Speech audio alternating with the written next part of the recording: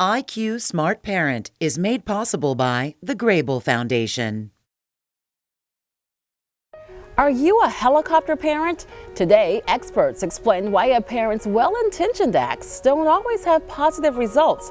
Discover ways to teach your kids to make decisions and solve problems on their own, and build the coping skills we all need to deal with life's ups and downs. We're about helping, not helicoptering, on this edition of IQ Smart Parent, and it starts right now.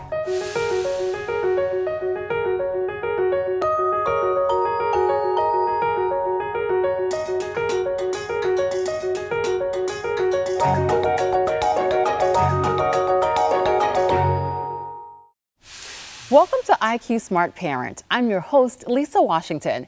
Parents want what's best for their kids, but today's episode is about drawing the line between helping and helicoptering.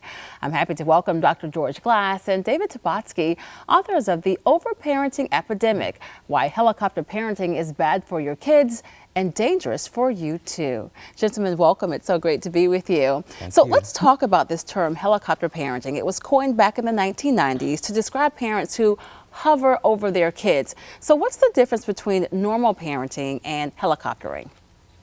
Well, a helicopter parent really is somebody who does it to excess. And while helicopter implies you're hovering, it also means you really are the safety net. So you're trying to keep your kids from ever making a mistake. The problem with that is that we all make mistakes, and you only learn from mistakes, unfortunately. Most of us do. So that's where the term came from.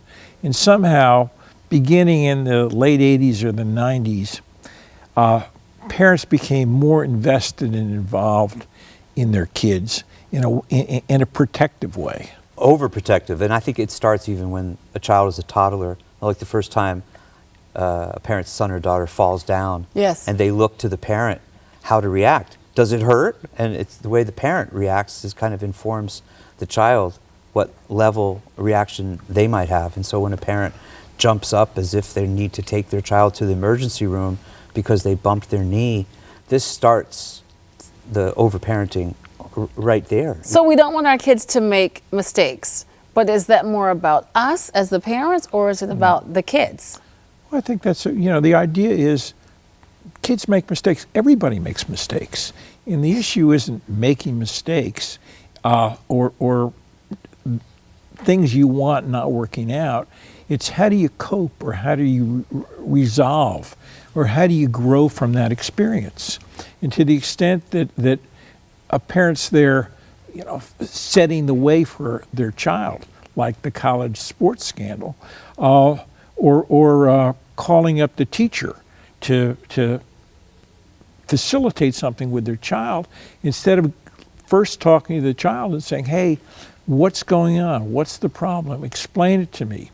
Have you thought about, and then providing your child with an approach that's more useful. So we aren't solving their problems, but they're actually learning. Helping them, yeah. Because the end result is what's success. And success in life is about, having a healthy family, having a healthy career, and being happy.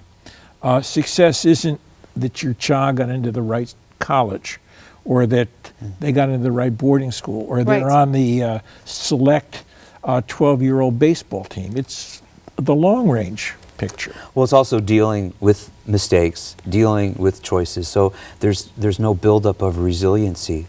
I see. And that's we all need, because in a way, what you're doing in the long term is you're going to raise your child to end up to become a parent. So what tools are they going to have to be a good, healthy parent a generation from now? And so the cycle continues. Yeah, exactly. I want to talk about your book, The Overparenting Epidemic: Why Helicopter Parenting is Bad for Your Kids and Dangerous for You Too. What does this mean for parents? How is this dangerous for me too if I'm a helicopter parent? Well, there are really two parts. It's dangerous for the parent. It's damaging for the parent because parents don't have a life.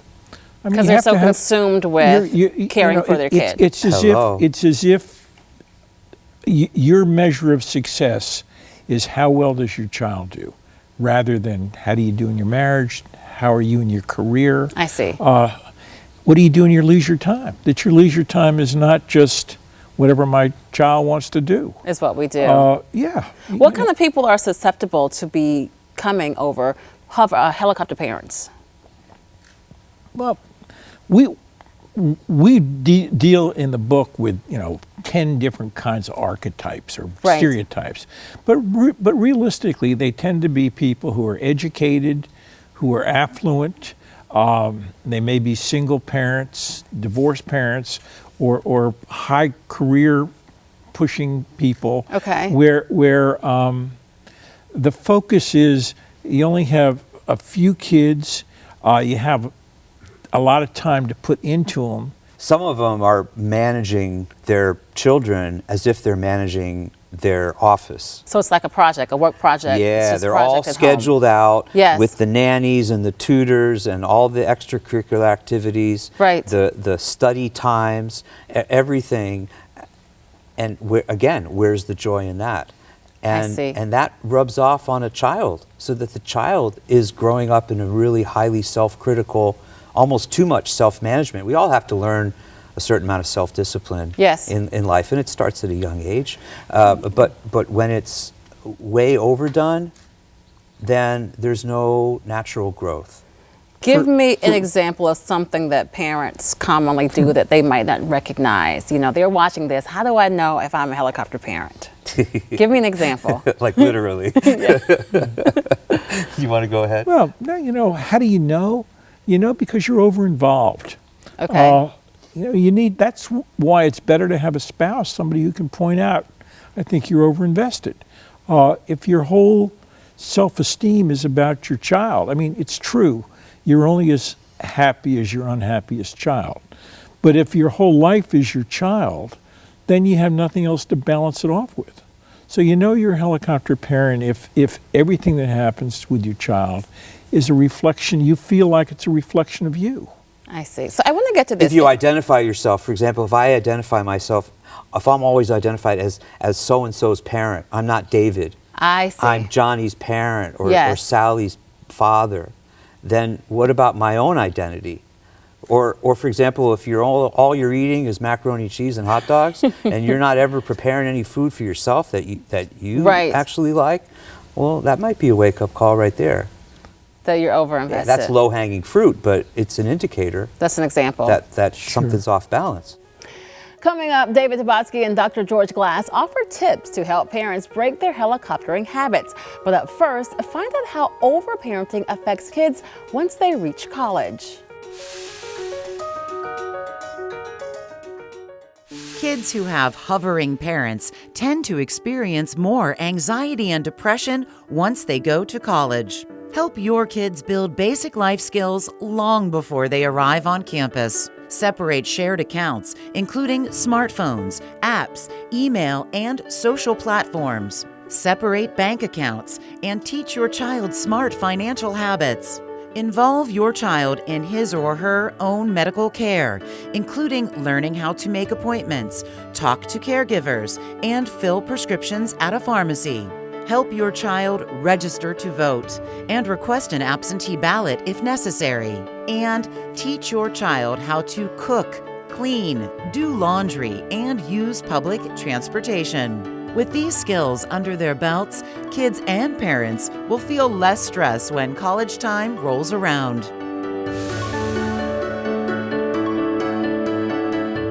We're back with authors David Tabatsky and Dr. George Glass. And now that we have a better idea of what behaviors count as helicoptering, it's time to look at a prescription for healthier habits. And in your book, you have a list of guidelines to help parents find that balance between supporting and smothering. So I want to go through them and you can give us some more context. First, you say, when it comes to kids, spend time before money. How so? Most people remember experiences.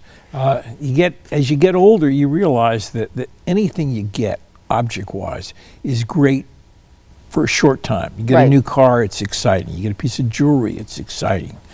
But within, if not 20 minutes, a short time, it's dissipated till the next new object. But experiences are things that you remember, you share, you learn from your child and they learn from you during the time. And that's the kind of stuff that people, when you talk to older people, they can still tell you that they went to a baseball game with their grandfather, or somebody came to their play, or they went on a trip fishing or skiing. Doesn't have to be a big fish, but they're doing something with somebody that's a great experience. You also say something, and I am guilty of this. Listen to their wishes before sharing yours. Why? Well, I think we often impose our own agendas on other people, and parents do this with their children a lot because they kind of think, well, I did it, or this is what you're supposed to do, or I read this in a magazine, or I saw it on a TV program, and so, they must be right. Or I wanted to be a professional baseball player and I never made it. But if I can get a coach for him when he's 5 or 6, maybe that'll happen. I see. You say let your kids fail, beginning with the first time they fall down on the playground. That's hard when Timmy scrapes his knee. Yeah, it is a tough one. You've got to fight that impulse. So what should you do? To make the world all perfect. When your child makes a mistake or something happens, Yes. You can either catastrophize, oh my God, it's the worst, or you just say, hey, that's life. Kids fall on the playground. Kids fall off the jungle gym. Kids get hit playing baseball. It happens. Pick up and move on. Do they panic if you panic? Of course they do. Kids read you. I mean, the issue with all the studies, for instance, for starters, show separation anxiety, which is when a parent takes their child to kindergarten and the kid has a reaction, doesn't want, has a meltdown. The issue really is the parent. And the parent doesn't want to give the kid up, rather than if the parent just said, hey, I know you're upset. I'll see it when the gong goes off at noontime. It's fine. Kid may cry, but if the parent hangs around the door, it escalates the whole thing. Right. The parent's having the separation anxiety more often than the child. I've seen that. You say take pride in their creations, even if you think they should be better. Well, how many parents have done science experiments for their kids? Their kid's asleep at 8 o'clock. At 11 o'clock, that parent's still up at the kitchen table trying to make that science experiment an award-winning thing that they're going to bring in the next day at school and pass it off as if their kid did it all. And what's the effect on the child? Right. Yeah. The child does the best job they can. If a parent jumps in to perfect it or make it better, the end result is, number one, the child feels like whatever I do isn't good enough. That's a self-esteem issue. And they feel like somebody's going to jump in and take care of it. So I don't really I can do a sort of a half-hearted job because Mom will take care of it. Yeah, Mom will take care of it. So they're left, not taking initiative, not putting 100% in, and feeling like someone will take care of it. Well, at the end of the day, when you're, older, there's nobody there. Mom isn't going to do that. Mom's not going to move to college to sit in the next dorm room. I see. Hopefully not. Hopefully not, right? Hopefully not. It has happened. Know. I've seen it happen. Oh my gosh. Okay. Let's talk about this. What about, you say, let them pick their friends. How involved should I get with my children and their friends in those friendships?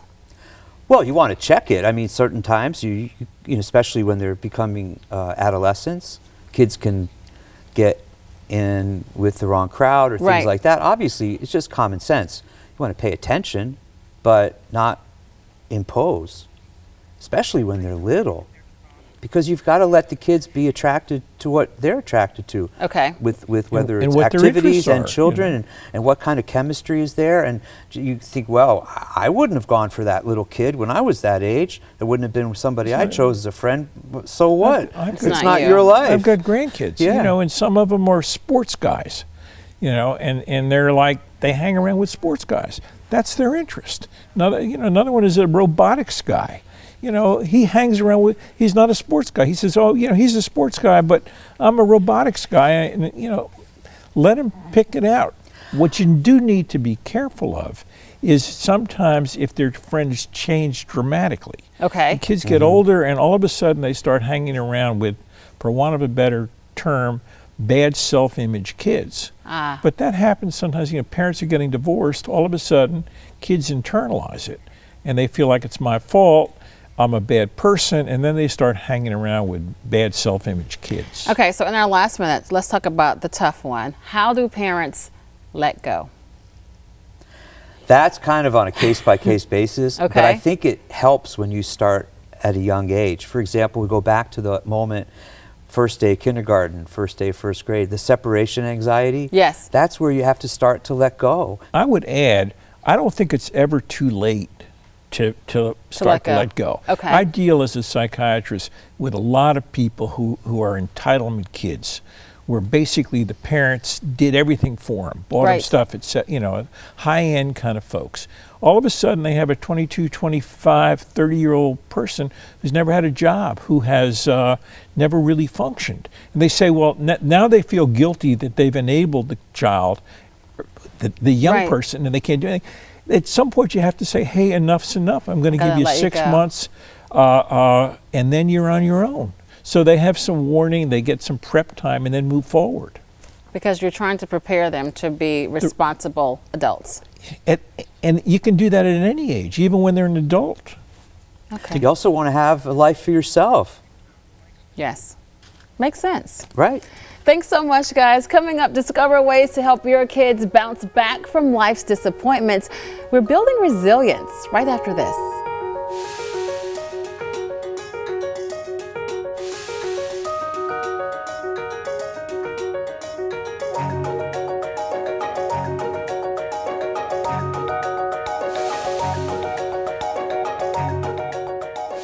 Our final guest today is a licensed professional counselor and host of House Call with Dr. Ruben Brock. Ruben, thanks so much for joining us. Thank so you. I want to get right into this. Why is it that some parents have become so determined to shield their children from disappointment? Well, it actually seems to me that a lot of these parents can't handle watching their child go through the difficulties. And so, these parents are putting a bubble around their kid, but it's really because the parent themselves don't want to watch as the child struggles. So in the short term, the child might not experience emotional pain, and I guess that's not healthy. No, it's detrimental, in fact. So I think of it in the same way as I think of your immune system. So a baby, you don't want the baby to be rolling around in a mud pen, but you also don't want the baby in a bubble because their immune system won't develop and grow stronger. They need to be exposed to some germs. The same is true with your emotional strength. Yes. You need to be exposed to some level of difficulty so that you can learn to overcome it. Okay. Now, many studies talk about a link between the lack of resilience and rise in anxiety. Yes. Why and what's the connection with that? So it's really a reciprocal relationship. Resilience is just quite literally your ability to cope with things. So Okay. as your level of coping goes down, your level of anxiety is going to go up. I see. And so that, I guess, could be for the child and the parent. Absolutely, absolutely. And what you find is that if you are able to expose your child to manageable stressors and allow them to learn to get over them, they get stronger, and you actually get stronger in your ability to recognize, oh, they'll be fine. So how do you determine then the manageable stressors? Because that can be a little difficult for the parent, I would imagine. It is, but so we want to be in the middle somewhere. You don't want it to be the extreme. You don't want your child, good luck as you rummage through the jungle. Okay, But okay. you also don't want it to be that they have to never deal with anything. It's got to be some moderation. Okay, so before we talk about building this resiliency in children, how do we build that in parents so they can cope with witnessing their child experience this pain? Right. So I would say the same thing of the parents that I would say to the child, which is you've got to experience it in measured ways. And so it's the same as, as when you have the first child, you're hovering over your child. Usually by your third child, you're like, all right, good luck, Right. And so as you experience it, you will get better and better at dealing with that stress of watching your child go through something. It's so funny. I always joke with my second. I'm like, oh, he's second kid. He'll be fine. Joking, but I'm still concerned. But what are the factors that are necessary for that child to be resilient in the face of adversity? Right. So it would be a little unfair if I said we know exactly how to create resilience, but we do know what correlates with it. So a big thing that you could think about is Attachment. So attachment is that first relationship with a caregiver. Yes. If you have a healthy and strong attachment, you're likely to have a resilient child. Right? And so another thing is mastery experiences. You want your child to experience success. And so that is really why you want to send them to softball practice, let them strike out a few times, because that time that they get a hit, it really does teach them not only that they can learn to do something, but that they can overcome the fact that it was difficult to do it. Okay, let's go back to the attachment, because I think that's so important for so many parents. Your kids are obviously attached to you from the time they're babies, but can the parents in some ways be too attached to the child? Oh, absolutely. So that is really where a lot of this helicopter parenting comes from. It's the idea that for some parents, the child becomes their whole world, which is really, really unhealthy because it creates a lot of pressure on that child because the parent is living vicariously through them. Okay, so there's a study that identified some traits, and I'd like to get your thoughts on this. Facilitating supportive adult-child relationships. Yes. By supportive, what you want is the ability to instill in the child that they can do it. So support isn't, I'm going to run in and do it for you, because the message you're subliminally sending is that you can't handle it, right? So a supportive parent is one that encourages you to do it and tells you that you're able. So, I know you can do this. I believe in you. Go for it. And then lets them handle it on their own. But what about when the child is saying, I can't do it, or the child isn't optimistic and feeling that excitement that, mom or dad is supporting me with this? Right, and there's the judgment call. There's always going to be a judgment call in there. But the idea is you need to think to yourself as a parent, do I believe they could do this? And if so, I just need to push them to do it because they need to understand that they can do it. Okay, and so your role is to support them, not doing it, but just it for them. Supporting them to let them know that you were there. You want to instill autonomy in them. They need to learn that they can do it on their own. Okay, which is the sense of perceived control, and that is another trait. Right, so the idea is your locus of control is what you attribute as the cause of what's happening to you. So in other words, if I have an internal locus of control, I believe that even if I'm having a bad day, I could make it better. If my locus of control is external, the world is just happening to me. Okay. And so a person with an external locus of control actually feels helplessness. That's where you get this idea of learned helplessness. You believe the world is just happening to you. And then so when things happen to you that are bad, you sort of just sit in it, as opposed to saying, I can get up and do this because I have control. So it's a bad moment, not necessarily a bad day. That's exactly right. Okay, so then talk about the difference in control over, say, friendships versus academics. Well, so anytime there are other people involved, you're not going to have 100% control. And that's the way this works. But we're talking about, can I control what happens to me? Can I control, my role in anything that's happening here? So if it's academics, I believe I'll be able to get an A because I know I can study. With my friendships, it'll go well because I'm going to choose the right friends, and I can also handle it if someone sort of leaves my friend circle, I would be okay. That's what gives me the sense of control. Okay, but when they're disappointed, I have a 6-year-old daughter. She will say, this friend didn't play with me today. Yes. What do I as the parent say? Well, you say what the old school parents say, that's life, that's what happens. Sometimes you're going to have disappointments. That's normal, and we've got to be okay even in the face of that difficulty. So we tell them that disappointment is okay because sometimes everyone experiences disappointment. Right. If you allow a child to believe that nothing bad is ever going to happen, sooner or later they're going to start to think, well, what's wrong with me because all this bad stuff is happening and I thought nothing was supposed to happen that was bad. You really need to understand early on that the world is difficult and that I have the strength to overcome the difficulties. So then what do you use to help them draw on the fact that they can do this? Faith, family, where does that come from? Right, so that's a big one. So faith and your culture, these are all places where there should be, hopefully, embedded within it, supportive systems. So if you are a churchgoer, going to those programs where there are loving and supportive people, so that you gain those mastery experiences in very controlled and loving environments. And so as the parent then, obviously you model, but you don't necessarily want your child to model what you're doing, but you're teaching them effectively, this is what is important to us, our faith or our community. That's right. You can show them how you learn to cope with things. If I show my son when I'm stressed, I go here and these people nourish me. He sees, oh, okay, dad has difficulties, but this is what he does. Okay, I get it now. And he will eventually try.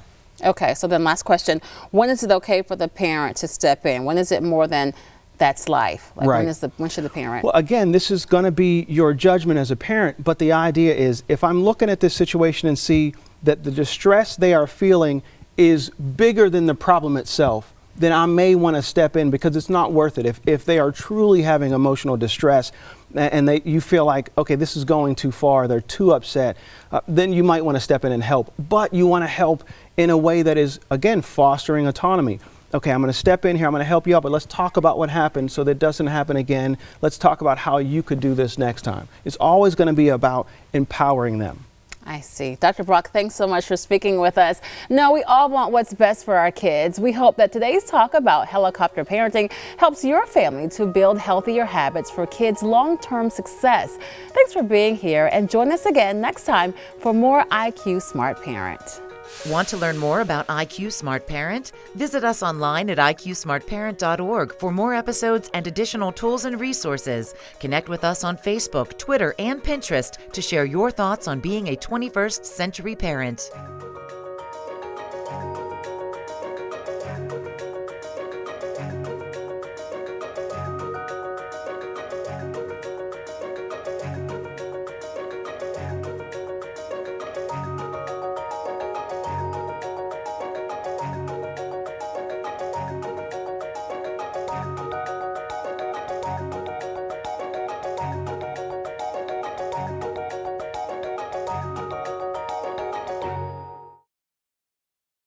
IQ Smart Parent is made possible by the Grable Foundation.